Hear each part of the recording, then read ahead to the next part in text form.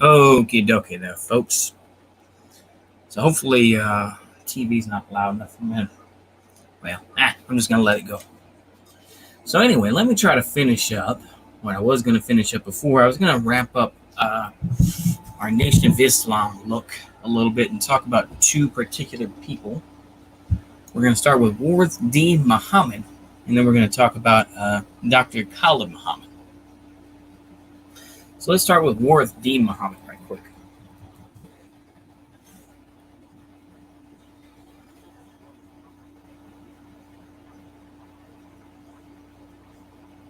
Okay. So Warith Deen Muhammad.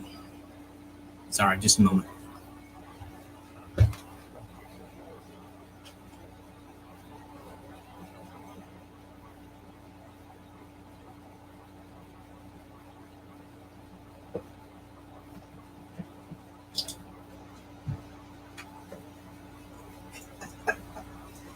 Oh my goodness. Oh my goodness. What are we doing? Kids? Sorry. Forgot the mic was on. Oh well.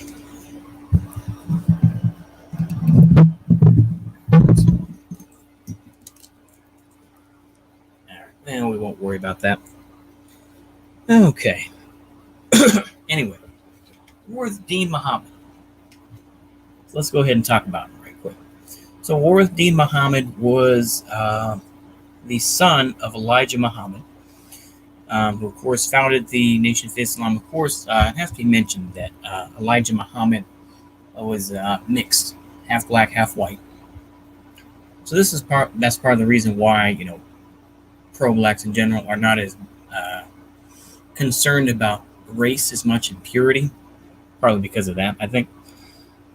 Clara and Elijah Muhammad, both active in the Nation of Islam, organization that preaches a form of black nationalism, blah, blah, blah, blah. Okay.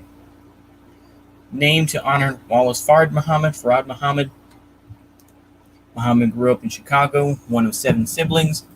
And of course, it was found out that he had a lot of illegitimate siblings as well. Okay. Muhammad was arrested for failure to report to Elgin State Hospital. Okay. Let's get to the juicy stuff, though. Okay. So, Elijah Muhammad died on February 25th, 1975. Muhammad unanimously chosen as the leader of the Nation of Islam and introduced the NOI membership as such at the annual Savior's Day on the next day, February 26th. So, once again, with Warith Deen Muhammad, he tried to turn the Nation of Islam into a legitimate Sunni Muslim group. He called himself Imam. He and took the titles Mujadid, I guess you could say Mujadid, Chief Imam, or simply Imam. In 1976, the same year, he unveiled a new flag of the NOI community. I imagine that's the one that looks like the Turkish flag, but the crescent moon is on the other side.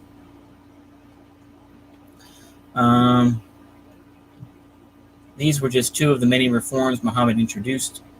Among others, he eliminated the NOI dress code, disbanded the military branch of the NOI, in other words, the Fruit of Islam, clarified the concept of the devil, and through his Muhammad Speaks newspaper and public speeches, introduced and explained Islam's 5 pillars.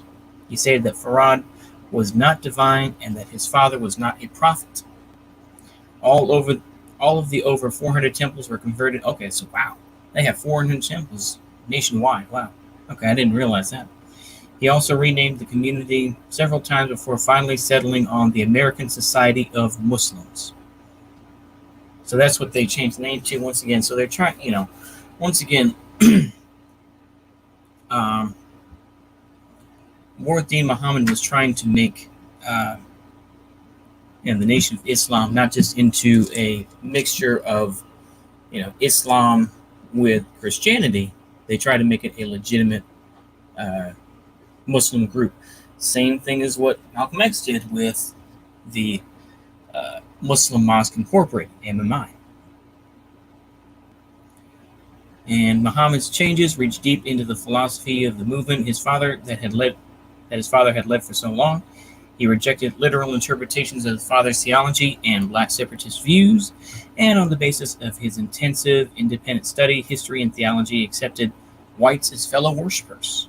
However, he also encouraged African Americans, Bilalians, to separate themselves from their pasts in 1976, calling upon them to change their surnames, which were often given to their ancestors, once again, slave names.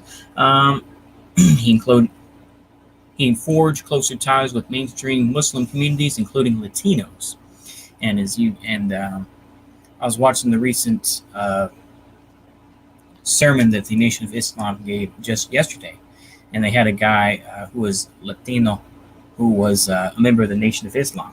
I think he was Cuban, I think. But anyway, because of course the Nation of Islam definitely, and we've seen that a lot with Louis Farrakhan.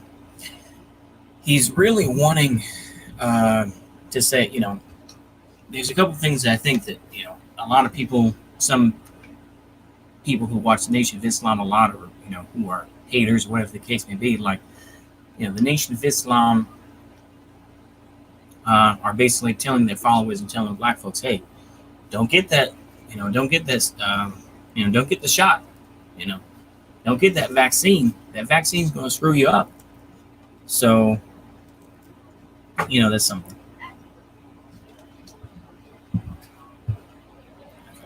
All right, just give me just one moment, folks. Let me go ahead and mute my mic here.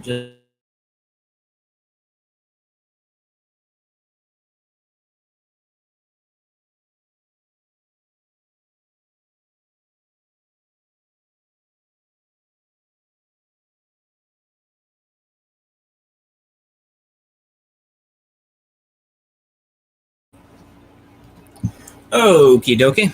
Sorry about that, folks. Let me just take care of that. Just had some issues. Okay, let me continue spouting my stuff here. But basically, Nation of Islam is saying, hey, don't get that vaccine. We don't trust it. We don't trust you, white folks. But of course, even with Ishmael Muhammad giving his sermon yesterday, he was saying he included poor whites in that. And of course, they went in on, the fake Jews and all this type of thing as well. Muhammad Compagüe, Compagüe, esta loca. Yeah. I got to embrace the Castizo futurism. I'm sorry, I really do. Anyway, so including Latinos. He also decentralized power on September 10th, 1978. In the address in Atlanta, he resigned as chief imam and appointed a 6-member council to lead the community. Kind of like, this is once again pretty it's like church elders. So this isn't anything, this is not radical. This is just them trying to become more mainstream so that they don't get busted and, make it seem like they're radical. They, Muhammad felt quite keenly his role in reform in an interview published in the Muhammad Speaks newspaper and conducted by his brother Jabir Herbert Muhammad. And he passed away as well. Like I say, Muhammad Muhammad passed away in 2008. So let me see here. Muhammad described his role as successor to their father as that of the Mujahideen, or Mujahideen, one who would watch over the new Islam War community. In 1979, he used the title, on his byline in the weekly articles, the Bialian News, the new title of Muhammad Speaks, which became Final Call later on. I don't think I mentioned that, but in the other video talking about Nation of Islam, but it used to be called Muhammad Speaks. I'll show you an example. Muhammad Speaks. So it used to be called Muhammad Speaks. Okay, here we go. Here's a nice copy of it there. Let me go ahead and show that right quick there, if I can. Just being straight up boomer here, so I'll go ahead and share, boop, and boop, and boop, and got it. Okay, so I'll go ahead and show this right quick here.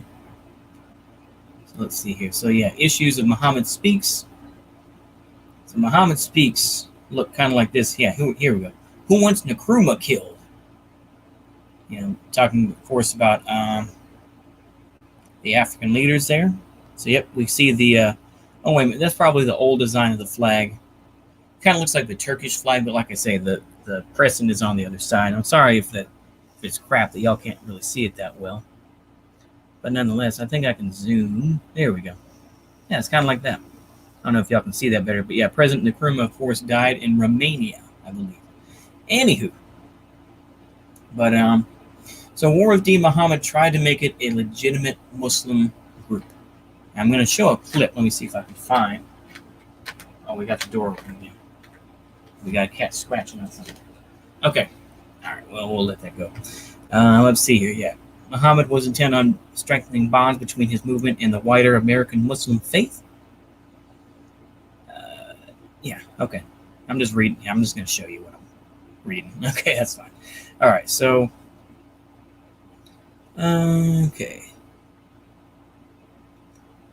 Let's see here. Yeah. As well as with followers of Islam abroad, it was his goal to align American Muslims with Sunni Islam, which of course is the majority of Muslims in the world. In 1976, he took a delegation to Guyana on official state visits to meet Prime Minister Forbes Burnham. Oh, okay, it's a brother. Okay. That's just such a white name. I had to. Okay. And the then president of Guyana, Arthur Chung. Huh. I think maybe I heard something about that. Huh. I had no idea. During which he forged ties with the Qadiani communities, is a religious slur used to refer to Ahmadi Muslims primarily in Pakistan. Okay. In 1985, he met in Geneva. Wow. So, I mean, this brother was really trying to make it legitimate. Interfaith cooperation, Southwestern Christian College in Terrell, Texas. Washington Hebrew. Really. So this guy was really trying to make it sound legit, and I think that he very much disagreed with his father and wanted to lead it in a more legitimate direction. Now, other things did happen, yeah. He donated $85,000 to Nelson Mandela. Huh. Wow. Beliefs the fiqh. While emphasizing unity, War D. Muhammad called upon the American New School of Fiqh, a code of conduct for the observance of rituals, morals, and social legislation in Islam. He told Islamica magazine, wow.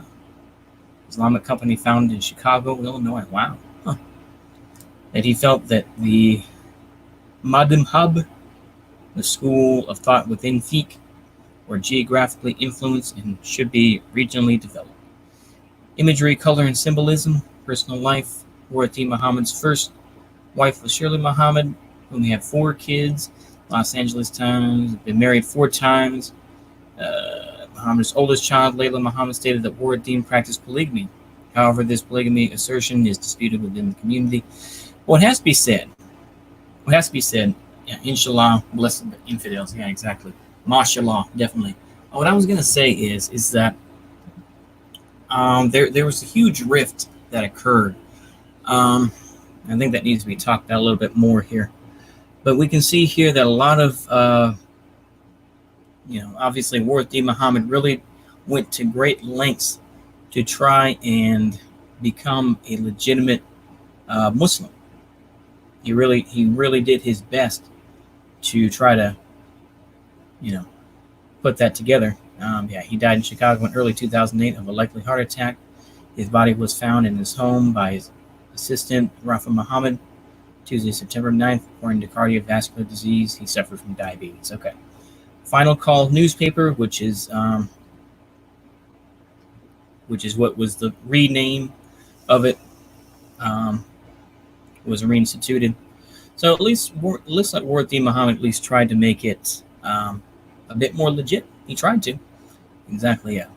We'll go ahead and show that, yeah. Inshallah, definitely. Inshallah. Okay. We will say, of course, the Final Call was the newspaper. Louis Farrakhan. I want to at least read about him a little bit. I kind of gave a brief overview. But I think Nation of Islam, Fascinating thing.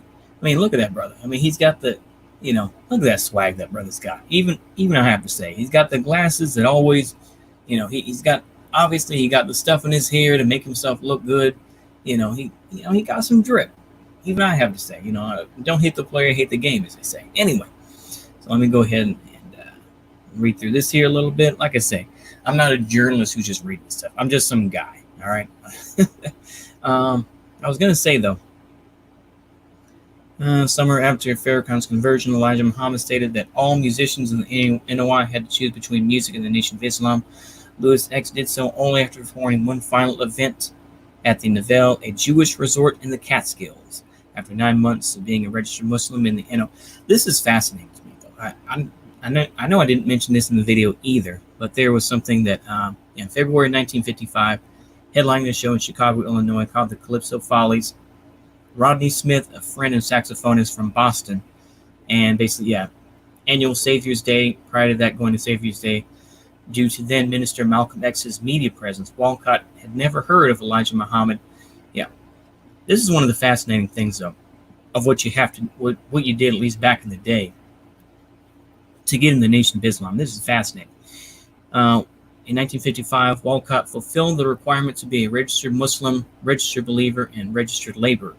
He memorized and recited verbatim the 10 questions and answers of the NOI student enrollment. He then wrote a Savior's letter that must be sent to the NOI's headquarters in Chicago. The Savior's letter must be copied verbatim and have the identical handwriting of the Nation of Islam's founder, Wallace Farad Muhammad. After having the Savior's letter reviewed and approved by the NOI's headquarters in Chicago in July 1955, Walcott received a letter of approval from the Nation of Islam acknowledging his official membership as a registered Muslim, registered believer. That's part of the reason why there aren't that many.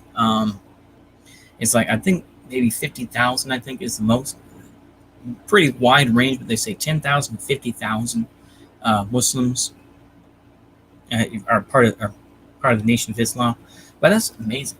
That's kind of like, even when you talk about the Nation of Gods and Earths, which is another offshoot of the Nation of Islam from Clarence 13X, who apparently was into gambling, this and that, simplified the teachings of the nation basically into 120 lessons, 120 degrees, or 120 questions.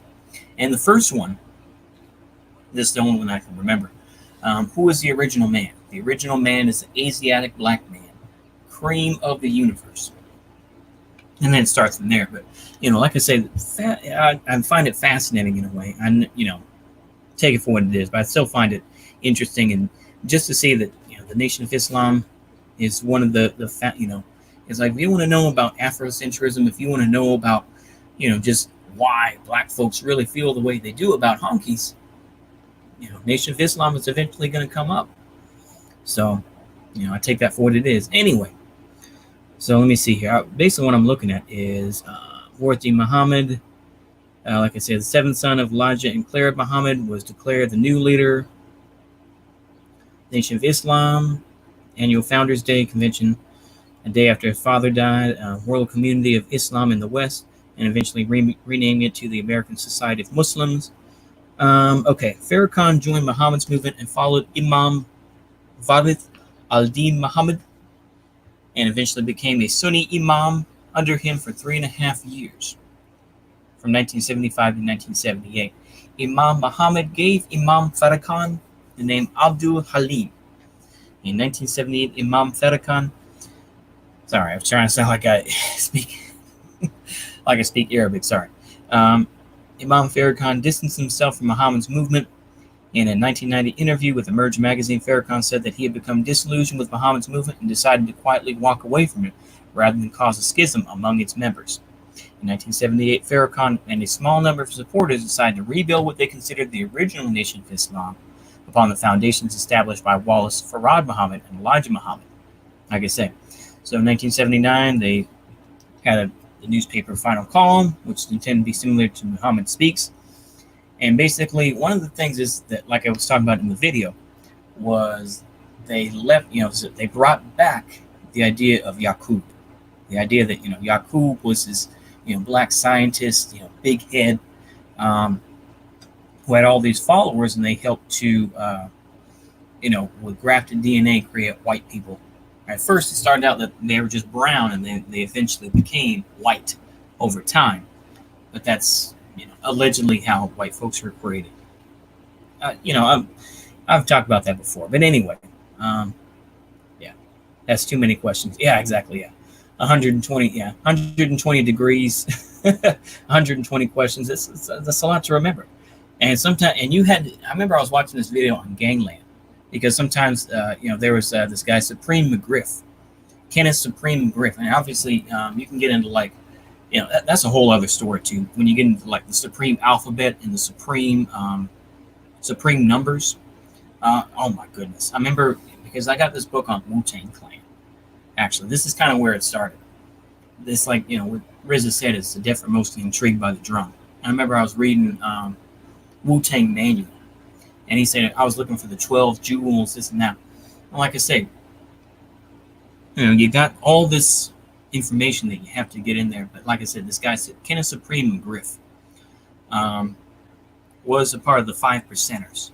And 5%ers were more of the hustlers. They were more of the guys that were out in the streets and did some crazy stuff. But ultimately, they still at least had the beliefs, kind of the simplified beliefs of what the Nation of Islam did. But they weren't as strict as the Nation of Islam was. But yeah, and still, you had to have the A, the V in the right place. Otherwise, they'd beat the hell out of you. So, like I say, it's fascinating as hell. I really do find it fascinating, Okay, so let me try to finish this up right quick. I want to get on to, sorry, I forgot. I'm sorry, Dr. Khalid Muhammad, which is another fascinating story. I'm going to try to find some clips of Ward-Din Muhammad and Khalid Muhammad as well, just kind of give y'all an idea. Okay. In 1981, Farrakhan and his supporters held their first Savior's Day in Chicago, Illinois, and took back the name of Nation of Islam. The event was similar to the earlier nation celebrations last held in February 26, 1975. At the convention's keynote address, Farrakhan announced his attempt to restore the Nation of Islam under Elijah Muhammad's teachings. Now, the thing is, what has to be said, of course, like I say, is that I think Louis Farrakhan did learn a bit from Ward-Din Muhammad, regardless of how he may have felt, is that he has made inroads with white folks.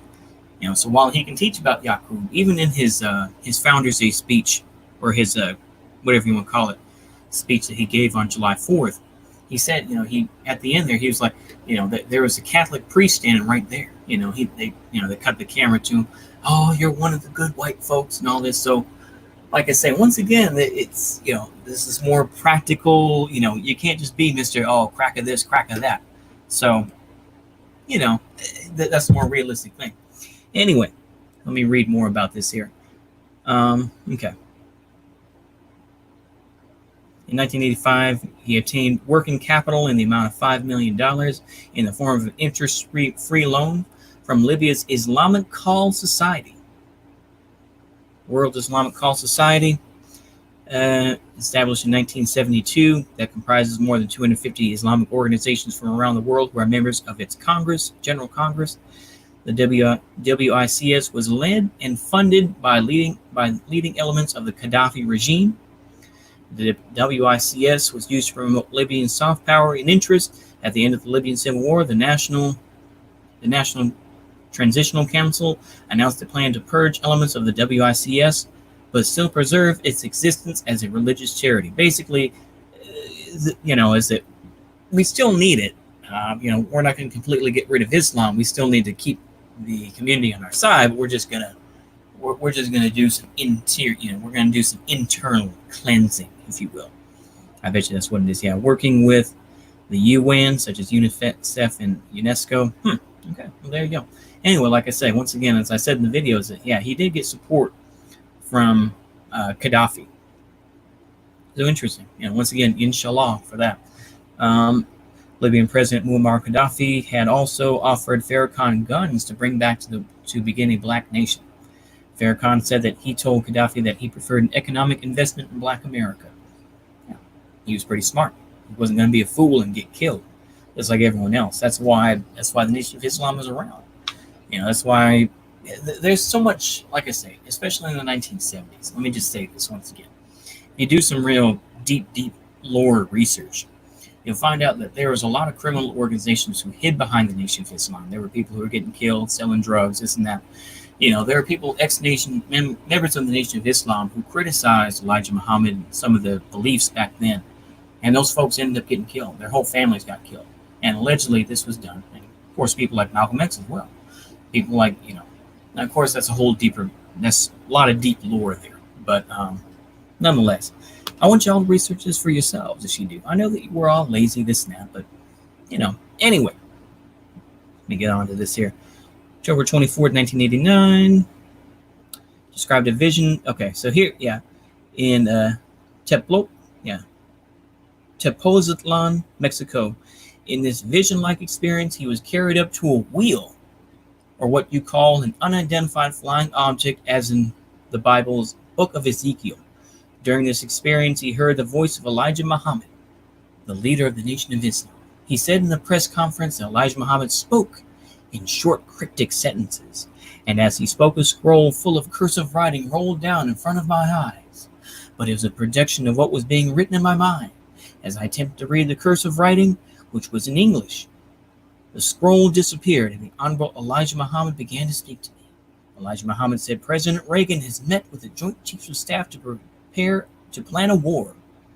I want you to hold a press conference in Washington, D.C., and announce their plan and say to the world that you got the information from me, Elijah Muhammad, on the wheel. During that same press conference, Farrakhan stated that he believed his experience was proven. This is also something that, once again, off topic, but why does Ishmael Muhammad look like a quadroon? That's a good question. The reason he looks like that is because Elijah Muhammad was mixed himself. He had a white father and a black mother, I believe. Maybe I'm getting mixed up. But anyway, and the thing is that Ishmael Muhammad is one of the illegitimate sons of Elijah Muhammad. Basically, Elijah Muhammad had like 7 secretaries, and they were all female. And he had like at least 8 illegitimate kids. He had like 23 different kids. Okay, that's how many kids that he had. But wow, I mean, but that's why he looks like a quadroon, because he's got that white DNA. I mean, maybe it's recessive genes and all that. You get in that whole thing. But yeah, I've been to the Black Muslim bakery and I got a fish sandwich. I feel like it went on the up and up. They didn't like me. Yeah. Well, I mean, they wouldn't like me either. They'd be like, whatever, get out of here, cracker. But that's how they treated Rockwell, Commander Rockwell. George Lincoln Rockwell also spoke at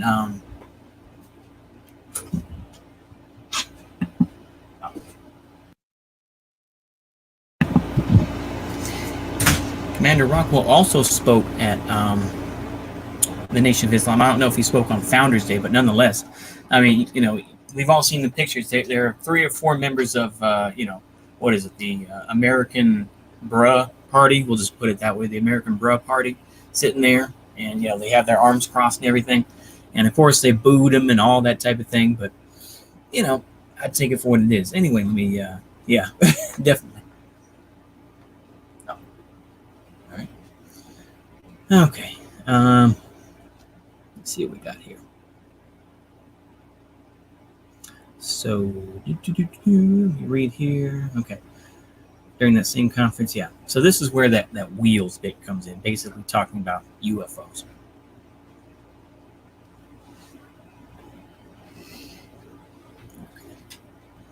You want me to wait, or do you want to? I'll wait. I don't know what's best for you. I'll go get him. You will? Yeah, I'll go get him. All right.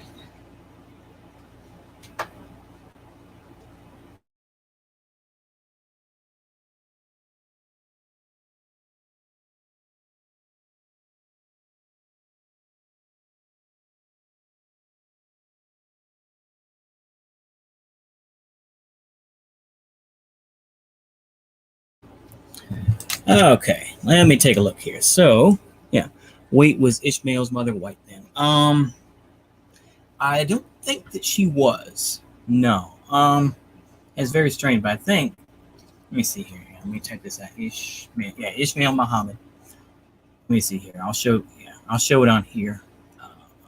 Let's see here. Okay, Ishmael Muhammad. Here we go. Born in Albuquerque, New Mexico. He's the son of Elijah Muhammad and Tanita Muhammad. So he's like I say, Elijah Muhammad. Let's see. Let me make sure here. Okay. William Poole Sr., a Baptist lay preacher, and Maria Hall. Yeah. Let's see here. Educated, ended at the third grade, at which he went to work in sawmills and brickyards. But no. Basically, he was not. He was not. His mother wasn't white, but like I say, his father was half white. Elijah Muhammad. So that probably, the genes are kind of messed up, but it's like that's kind of the way those things are, isn't it? But yeah, that's basically answer your question. No. Yeah. Okay. Anywho, let me go ahead and okay, Kabila Shabazz. Like I said, that's a whole other story too, which I'm not going to talk about. But the story of what happened to Malcolm X's kids is fascinating. It really is. Was arrested on January 12th, 1995, accused of conspiracy to assassinate Farrakhan in relation for the murder of her father, for which she believed he was responsible. There was a lot of hate towards Malcolm X after Malcolm X left because, partly it was because he became a legitimate Muslim, which of course Warith Deen Muhammad tried to, really pushed, was the guy who told Malcolm X about what his father was doing. But like I say, Warith Deen Muhammad was kind of playing the long game. I think was like, told Malcolm X back in 1964, hey brother, my dad's doing all this stuff, he's sleeping with women, all that type of thing. So hey, do what you got to do, and Malcolm X was probably like, hey, good luck, man. But yeah, according to Stanford University, but yeah, her, the kids were just, it's too bad. Malcolm X's wife was burned in the fire due to her grandson, because the grandson was playing with matches or something and lit the apartment on fire and killed her. But then that grandson then died in Mexico, apparently, allegedly trying to help Mexican workers in Mexico. And he was like in a bar fight or something, and two waiters killed him. Just a crazy, crazy story. Yeah. Crazy, wild stuff. But yeah. Okay. Quoted from Spirituals. This is talking about the new Black Panther. Yeah. 2005, together with other prominent African Americans, such as the new Black Panther leader, Malik Zulu Shabazz. Malik Zulu Shabazz was very close. Yeah. Hurricane Katrina. Yeah. Basically, yeah. God's way of punishing America for its warmongering racism. Support for Obama. Dianetics. Okay. May 8, 2010. Dianetics, was actively encouraged. Yeah. Basically, he was like, yeah, you can still be Christian. You just won't be a devil Christian. You can still be a Jew, but you won't be a satanic Jew. All white people should flock to Scientology, L. Ron Hubbard. Oh my goodness. I don't care about the anti-Semitism. That's just ridiculous. Yeah, conservative pundits took note of Farrakhan's position when Owens saying it was a really big deal that Farrakhan has aligned himself with Trump's administration. Look, he's going to do what he's going to do. I'm not offended by what Farrakhan says. I mean, the brother's smooth as peanut butter. Even I have to say, he's smooth as peanut butter. Yeah, he is. I mean, yeah. So it's like, yeah, I mean, he can do what he wants. Yeah, here we go. In response to Farrakhan's speech, Nathan Perlmutter, the chief of the ADL, referred to Farrakhan as the new Black Hitler. They said that about Khalid Muhammad as well. That's a whole different thing. I'm going to try to show some clips here at the end, but yeah. So I said to the member of the press, why won't you go back and, don't you go and look into what we are saying about the threats of Reverend Jackson's life? Here, the Jews don't like Farrakhan, and so they call me Hitler. Well, that's a good name. Hitler was a very great man. He wasn't great for me as a black man, but he was a great German, and he rose Germany up in the ashes of defeat by the United States, by the United Forts of all of Europe and America after the First World War. Yet Hitler took Germany from the ashes and rose her up and made her the greatest fighting machine of the 20th century. Brothers and sisters, even though Europe and America have deciphered the code that Hitler was using to speak to his chiefs of staff, they still had trouble defeating Hitler even after knowing his plans in advance. Now, I'm not proud of Hitler's evil toward Jewish people, but that's a matter of record. He rose Germany up from nothing. Well, in a sense, you could say there is a similarity in that we are rising our people up from nothing, but don't compare me with your wicked killers. Wow. Well, there you go. There you go, folks. So that was at least Farrakhan's view back then. That was back in 1984. Ironic, but yeah.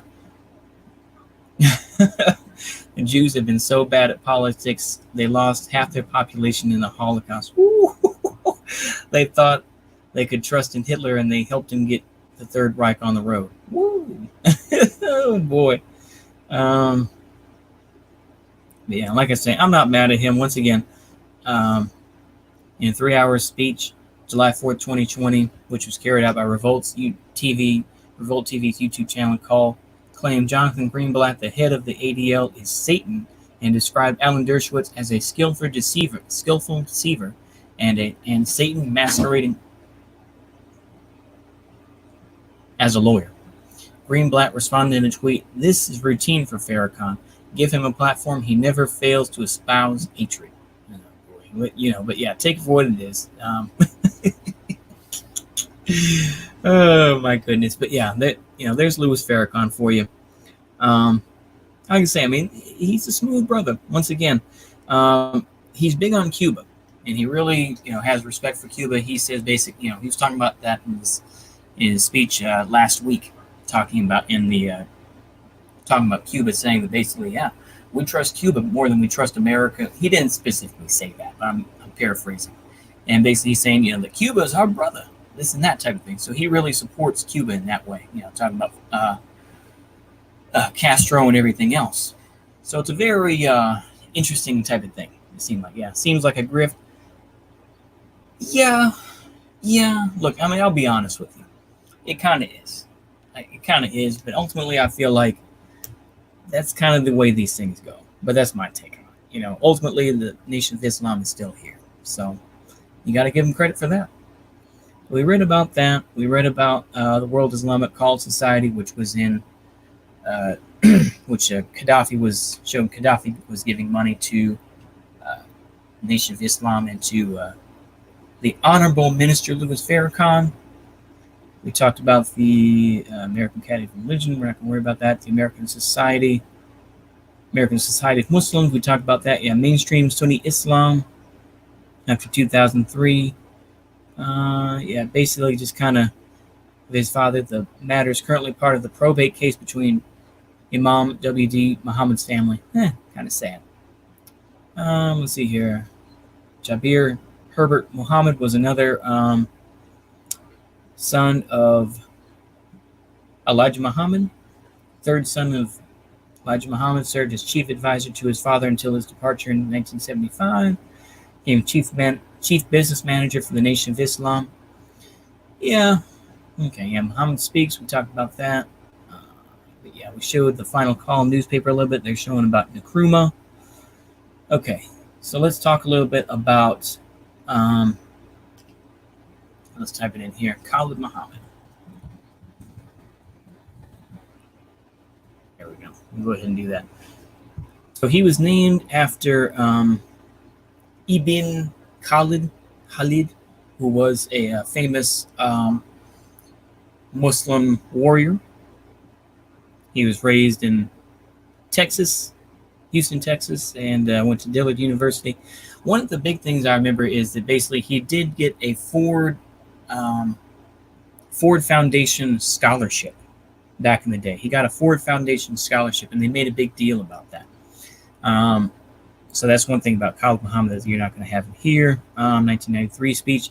This is the one that really got him in trouble, where he was basically saying that advocated the murder of any and all white South Africans who would not leave the nation subservient to a warning period of 24 hours. Basically, if you listen to that speech, I'm not going to play that because that's too crazy. It's just kind of long and, kind of standard Afrocentric type stuff. But he said, and once you shoot, once you kill them, you can dig them up and shoot them again. Talking about white folks. So that's just how he was. I mean, ultimately, I don't think of these guys as Hitler or anything else. I just think of them as, folks who are part grift and part actually may give a hoot about black folks and are actually trying to help them. So, like I say, that's kind of the dialectical view that I hold, And of course, like I say, with with Khalid Muhammad, he was definitely on Ice Cube's album, Death Certificate. He did work with, like I said, Public Enemy. He did a lot of music like that. And his son, Farrah Gray, became a big time businessman. And he, does talks around the country. But let me just simplify it. I'm not going to show it because Ward D. Muhammad's speeches are kind of boring. And I will show one from Khalid Muhammad, though. Let me see here. I'm going to try to find just a tidbit of him. That way I'll see. Let's see here. I'll find it here.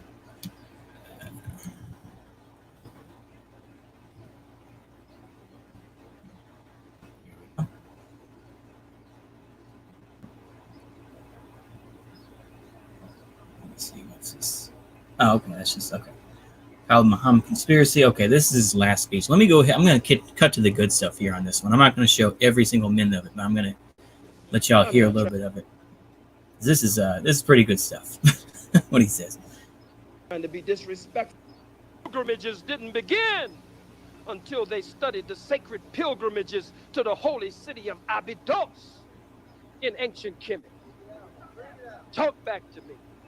Talk black to me. I know about the creation story in the book of Genesis. Okay, I'm trying to find the bit where he talks about Malcolm X here. Let me see if I can find it. That he called be, and it is. But I know about Kunu in that sense. And more I am being guided to study more. Existence, set it in motion, and then set it to a balance, and then establish a law by which it would be running from that. I mean, look how empty that room is. I mean, bruh, come on, man. And of course, after that 1993 speech where he was saying a lot of, saying get the hell out of South Africa, crackers, and all this,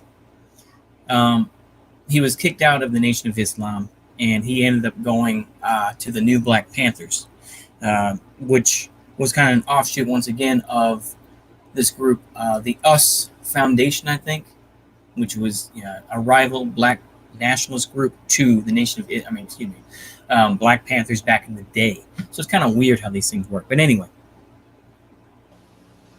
Understand that. I've been to Mecca, and it's a sight to behold. I don't know what dear brother Malcolm saw. Will it all into existence, set it in motion, rest in peace. I don't know what he saw. I don't know about him coming back and running from that point on. Understand that. I've been to Mecca 7 times. I don't know what dear brother Malcolm saw. May he rest in peace. I don't know what he saw. I don't know about him coming back and teaching. After he sent the postcards back, here I am in Mecca, and it's a sight to behold. Malcolm sent these postcards back to civil rights leaders, and it's a sight to behold. Here I am, sleeping on the same mat, eating from the same dish, drinking from the same cup, with men whose hair, and praying with men whose hair is the blondest of blonde, did he say it? Whose skin is the whitest of white, did he say it? Whose eyes are the bluest of blue, did he say it? This proves, he said, that this can be done. He said there are men here in Mecca who would be considered white men anywhere in the world. But because they have Islam, Islam has changed them. And I believe that if the white man in America, Malcolm said, could get Islam, that Islam would change the white man. Oh, dear brother Malcolm, may you rest in. Oh boy. So here we go. Once again, this is kind of like the whole, if you live in the South, once again, the whole bless your heart, where they mean, oh, bless your heart, and they're about to, lay into you. This is the same type of thing. This brother is saying, oh, may he rest in peace. And then he's gonna just lay into it. I'm going to try to explain some of the context of this time. This says last speech, but you can find plenty of speeches of Khalid Muhammad that claim to be the last speech.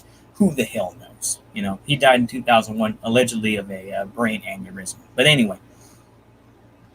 Peace, and we thank you for the contribution that you made to our onward advancement and toward our upward mobility toward freedom and liberation.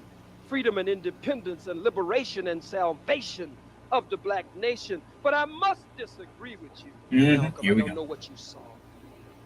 But I saw racism in Mecca. I saw hatred in Mecca. I'm telling you what I saw. I saw racism and hatred in Mecca so thick until you could cut it with a knife. I saw nasty, white, dirty camel breath desert Arabs who just got a little oil a few days ago, and a few millions and a few billions that don't even belong to them. I read Chancellor Williams. This is the stereotype of hoteps that are created. It's like, this is, it's like, I don't call him a black Hitler. No, I just call him, you created the stereotype, brother. That's what you did. You created the stereotype. You created that image. Chancellor Williams, in his book, The Destruction of Black Civilization, say that those areas change from black to brown to white. Let me go ahead and see here. Yeah. Okay. Well, we'll go ahead. I'll try to finish this up quick. I mean, he's getting to the point eventually. But yeah, once again, this idea, of course, that black folks own, oh boy. Okay. I mean, let's let him finish. Let's let him finish his bit. And so we take the side with the Palestinian now, but the real land question ain't even been raised yet. Once again, he just mask off. He's like, we support the Palestinians for now, but we don't even like them. He's just dead honest about it. He's like, I don't care about, he's going to call them camel jockeys and all this, so he doesn't care about the Palestinians either. He doesn't, and once again, this whole, the thing is, what has to be explained in the context is that the Black Hebrew Israelites started in the 1970s. Is like it kind of existed before that, but it's like in reality, the thing is the whole "that's right" meme and everything like that came from the 1970s from this one guy. And I know that there've been other pro-blacks. It's like a lot of the hoteps have really dissected that and really talked about this deeper. So like I say, I mean, I don't really refer to the Black Hebrew Israelites that much. It's just like they're just such a meme, even more of a meme than this guy. I mean, I hate to say that, but it's like, come on, man. Real land question ain't with no Palestinian. The real land question ain't with no imposter Jew. The real land question is between them together and me and you. It's our goddamn land that they standing on. That is the wildest. Oh my! He's gonna say that Palestine is actually belongs to black folks. That's like saying that this is the whole. It's like Wignats are cringe. Don't get me wrong. They say some cringe, but they have never said. It's like, I mean, this is like Deus Vult type of LARPing. This is just. I know. I'm sorry, but I'm to a point. I think that this guy, he couldn't have believed all this stuff that he said. I'm just gonna tell you. I don't think he believed everything that came out of his mouth. But he did what he had to do. Like I said, once he got kicked out of the Nation of Islam, he did what he had to do. So, I ain't mad at him. You do what you got to do. Hey! Praise to Allah. Change from black to brown to white. I saw old. I saw elder. I saw beautiful blue, black, purple, black. Smooth skin. Velvet skin elders. The hell? 70, 80, 90 years old. Oh. Some of them might have been. The hell does the skin have to do with I saw anything? them with their wraps on. I saw them adorned. I saw them with their Ithram garments on. I saw them come to make the sacred pilgrimage to Mecca and to recite the words on the road to Mecca. Labeka, Labeka, Allahumma Labek, Labeka, Labeka, Allahumma Labek. Here I come, O God. Here I come in thy august presence. I saw them.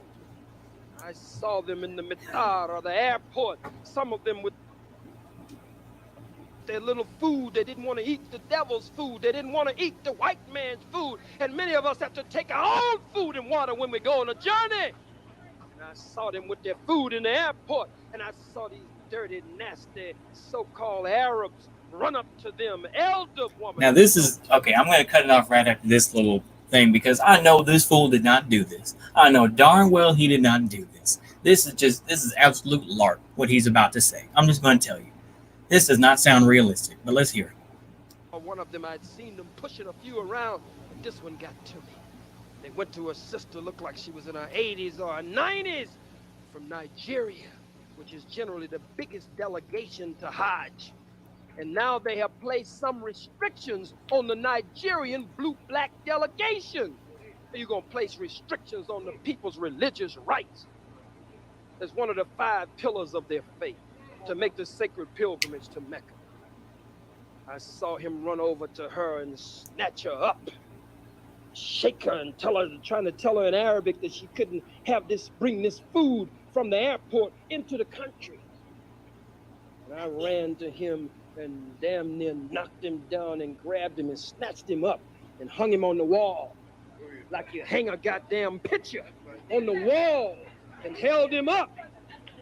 I didn't speak Arabic, but I said, that's my grandmother there.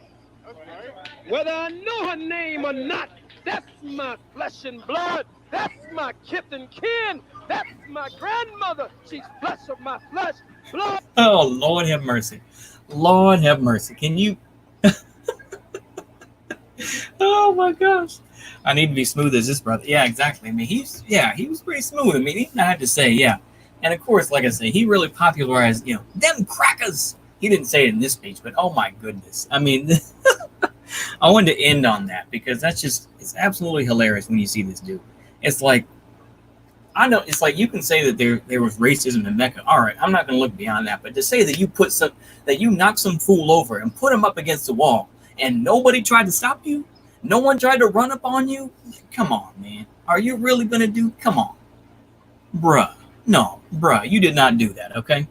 So that I wanted to at least say that because once again, it's like that's a lot of the feeling is that, especially amongst a lot of the Nation of Islam or ex-Nation of Islam in his case, it's like they respected, Malcolm X and everything else because he was smooth as well in another type of way. But it's like, there was this, there was this this deep feeling like, what do you, it's like you're talking about working with white folks and everything else. He's, and he assumed, of course, that Islam, was going to save them and everything else. So we don't feel bad for him, but ultimately he was wrong. So, I mean, that's just some ultra LARP, isn't it? To say that Palestine actually belongs to black folks. Oh my goodness. I mean, this goes to the whole idea. Once again, I mean, I've only done limited research, but it's like when you really look into Afrocentrism, it's like they really believe that they came from a black planet and came to planet Earth, and that they can, is it supposedly in Timbuktu, there's a library that had something like 60,000 books, and including books like on like flying and time travel, this and that, and white folks destroyed all that. It's like, oh Lord have mercy. That's all I can say. But I wanted to end on that because ultimately it's just I could have done a video talking about Khalid Muhammad or D. Muhammad, but I think they would have been kind of boring. So I figured I'd knock out about now an almost hour stream. I guess I'll just say welcome back. Welcome back to everybody. And, like I say, we're going to have some more videos coming out. Next up, like I say, I'll probably try to hopefully record some tomorrow. Some reading of the book Avengers. Let's see if I can check it out. Yeah, The Avengers, a Jewish war story, which is by Mr. Cohen, talking about primarily the partisans during the Second World War, Jewish partisans, and also talking a little bit about Nakam, which planned on poisoning 6 million German citizens through the water supply with arsenic, which is a story that, once again, is not talked about very much. They have done, they did an ITV special on it with people like Joseph Harmatz, who was the co-leader with Abba Kovner after he was arrested for about a year in Cairo, I believe. But anyway, like I say, that story always, it really got my heckles up hearing about that story, because I was just like, but yeah. And of course, people can LARP about it and everything else. I think I'll go ahead and upload that video of the song. Like I say, you can find that video and hear that song in other places, but I think I'll go ahead and do that. Do Soul on Ice. I may do Soul on Ice. I think I could probably find Eldritch Cleaver. I could do that, bro. Let me see if I can find it. Maybe it's on Soul on Ice PDF. Okay. Maybe I'll read that. Maybe I'll stream and I'll do that. Yeah, Eldritch Cleaver from Soul on Ice. Let me see if this is the whole book. 1 through 5. Okay, this is okay. All right. Well, I could probably find a copy of it. I bet they have it at the school library. So maybe I'll do that. But yeah, I will take your advice, though, Weeb Abu. I will go ahead and do that, like I say. But I will say welcome back, I guess. As I said, it was a nice, quiet time, relatively speaking. And, I did produce some videos. I'll go ahead and, though, release the 2 videos about kind of as a teaser, as a little taste for what we will be talking about with the Jewish Avengers. So I think I'll release those videos, and hopefully y'all can enjoy those as well. And I think I'm done. I think I've said my piece. So it took me long enough. Yeah, you can find PDF online somewhere. Oh yeah. I found one. Let me see here. Soul on Ice digital replica awaits. What the hell is this? Oh, okay. Yeah, this is the book. Yeah, this is the whole book. Okay. Well, there we go. That saved me some money. So I'll go ahead and do that. And I'll put download it. There we go. All right. So I'll put that. Yeah. So Weebaboo, I will. I'll probably try to read that when I can. But I think that I've said enough, and I will upload those 2 videos. And like I say, tomorrow I'll try to at least put out 1 video of me reading the first little bit of Jewish or the Avengers, because that book is broken down into, they just call it like the desert. It's like big chunks. They're not broken down into like simplified chapters. They call it like, the forest, the desert, this and or the city. So it's in big, it's like 4 or 5 chunks. It's not in chapters. So I'm gonna have to try to find a good endpoint where I can try to continue on from there. Anyway, just to let y'all know. And from there, I'm going to upload those 2 videos, and y'all have a good night. See you later.